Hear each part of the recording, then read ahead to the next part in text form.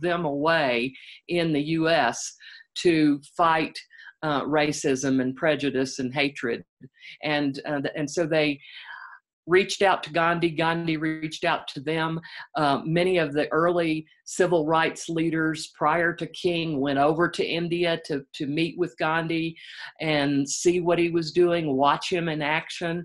And then they brought that nonviolent philosophy back to the United States. And then King, from those early leaders, he learned from them about Gandhi and realized that as a Christian, he believed in the philosophy of Jesus Christ, but he thought that Gandhi was showing him how to take that love ethic into the political and social change realm. And so he used Gandhi and philosophy to further the civil rights movement.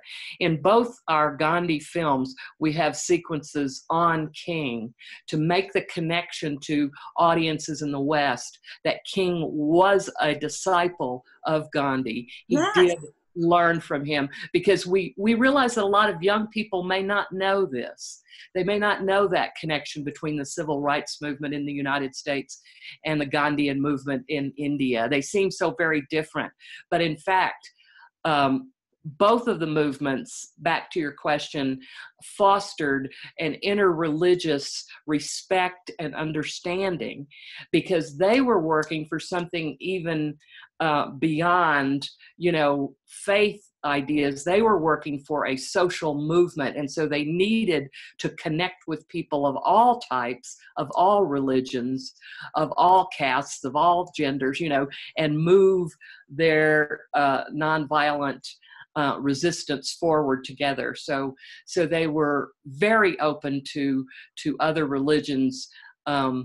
Even though King, of course, was Christian and Gandhi was Hindu, they fostered friendships with people of other religions. It was very important to them to have people as friends of other religions. So I would suggest that to somebody who's trying to, maybe understand Judaism or, wants to know more about Islam. Seek out people from those religions. Maybe they'll take you to their mosque or their synagogue or their temple if they're Hindu, and find out what they believe. And it's a very important thing to do nowadays, because we do see still in many pockets, if I can use that term, we see pockets of anti-religious fervor and people who hate people just because they're walking a different religious path.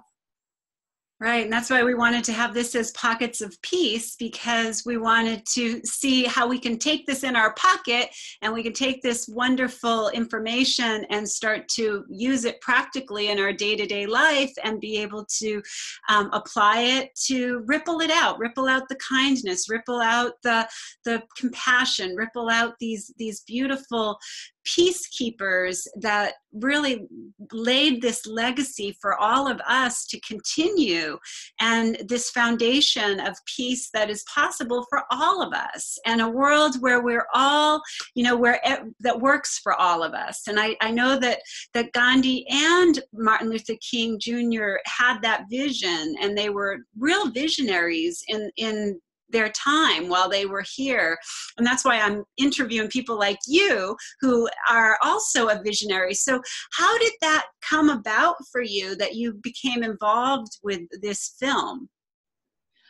Well, as I mentioned, my co-producer, the director, Kel Kearns, and I began about 7 years ago to make these films. And it happened as really an offshoot of a previous film called Globalized Soul, which was about what we're just talking about, the interfaith diversity and respect for other religions, Globalized Soul. And that was based upon the Parliament of the World's Religions.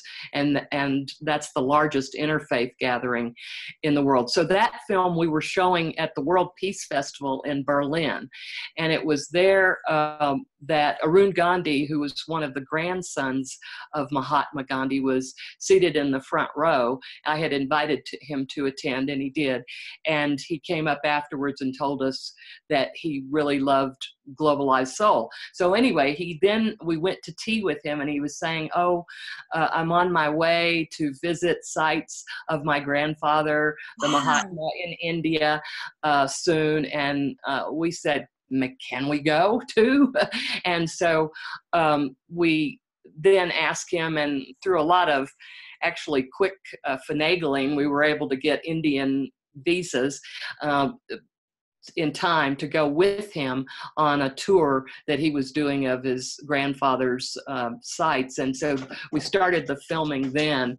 And so that was kind of the practical genesis, but in a spiritual or emotional or social action kind of way, it started many, many decades ago. We both co-producer, director Kel Kearns, and I have been very involved in peace, in working for peace ever since we've been teenagers. Wow. It's really been, I say it's been the light of my life in terms of, I knew when I was a teenager that is what I wanted to devote my life to in my own little way, is to work for world peace. And so he had a similar feeling. And so the genesis of making films on Gandhi began, much earlier, but practically speaking, we began 7 years ago.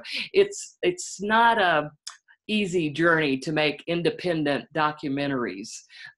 They're just the two of us, and there's a lot involved to making such an hour-long film as these two are. And so we ended up going to India 4 times, to South Africa twice, and to the UK once, to make sure that we had filmed all of the important sites in Gandhi's life, and then to interview as many people as possible, some of whom knew him. They were young when he was living, and these are people who grew up in his ashram. And to hear them with their own stories and recollections of the man. And then Dr. Rajmohan Gandhi is our primary commentator, and he is a grandson who was with Gandhi during his last days. And so he had this close-up view, and he shares these memories in Gandhi's gift of what it was like to see the Mahatma facing the things that he did in his final years. And one of the things he faced, I mentioned those interfaith prayer meetings that he had.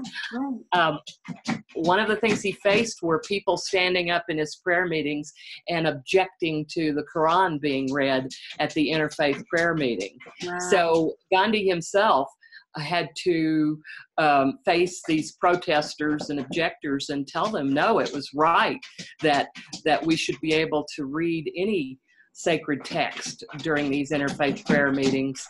And so Gandhi faced interreligious conflict in his final days, and of course the terrible interreligious warfare that was going on in his country because of the partition of India and Pakistan. And so his heart was really broken in a way by that, because he had believed since he was a child, a young, very, very young boy, that all religions should be respected and we should be able to coexist together. Absolutely. Wow. This must have been such a life-changing experience for you to have. What an opportunity to be able to bring this to the people who need to hear it. Really, at this time especially, we need that more than ever. We need that movie more than ever. So the best way for people to get that is at gandhisgift.org.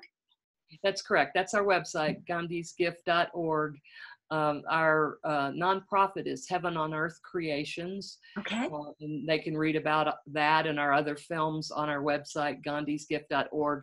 And then, as I mentioned too, the Facebook page is Gandhi's Gift. Yes, awesome. And they can see the trailer there. So they can see the trailer on the Facebook page. And that's a beautiful trailer. I was planning on showing that, but we're having all kinds of technology issues right now. So I'm not sure exactly why it's happening, but I'm trying to be really calm and kind and compassionate about it, and working is using the technology that is letting me do what I need to do.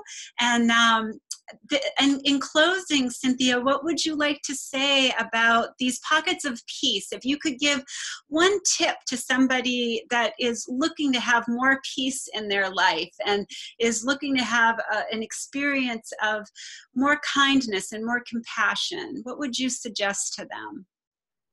I would suggest really along the lines of Gandhi himself that I was talking about, practicing service every day.